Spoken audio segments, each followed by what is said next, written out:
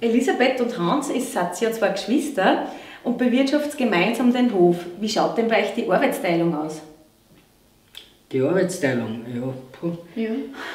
Der aufteilt ist schon. Jeder tut was. Naja, sie macht die Ferienwohnung hauptsächlich, also dass die aber für die Urlauber passt und auch wenn Anfragen kommen und so. Und ich mache einen Stall und auch das, weiß ich jetzt nicht, das Grobe, wenn es zum Heiraten ist, ja, zusammengeholfen wird schon. Aber Genau, ja. Und ich bin so halt auch die Frau da ein bisschen im Haus und ja. Bist auch die Köchin und die gute Fee wahrscheinlich, die was alles Durchs selber Haus geistert. zubereitet und auch das Händchen fürs Detail wahrscheinlich hat. Ja, ich unterstütze ihn halt da. Okay? Und du bist der Handwerker sozusagen, der was das Ach so. Händchen wieder fürs Holz hat und das wieder Ach so, nutzt ja, vom ja. eigenen Wald. Genau, mache halt dann alles selber. Also, wenn man jetzt die Fußböden oder was, oder auch die Stirn, was man da sieht, das Holz weggeschmissen, gelagert und dann in der Tischlerwerkstatt habe ich eine kleine, dann wird das gemacht.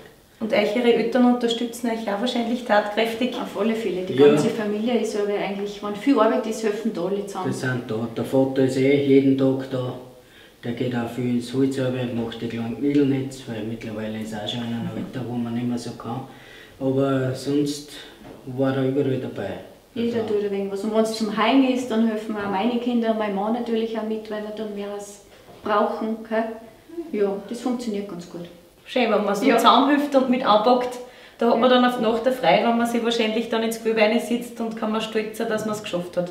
Ja, auf alle Fälle. Ja. ist aber gut, wenn er zusammenhalt da ist. Ne? Schön. Ja.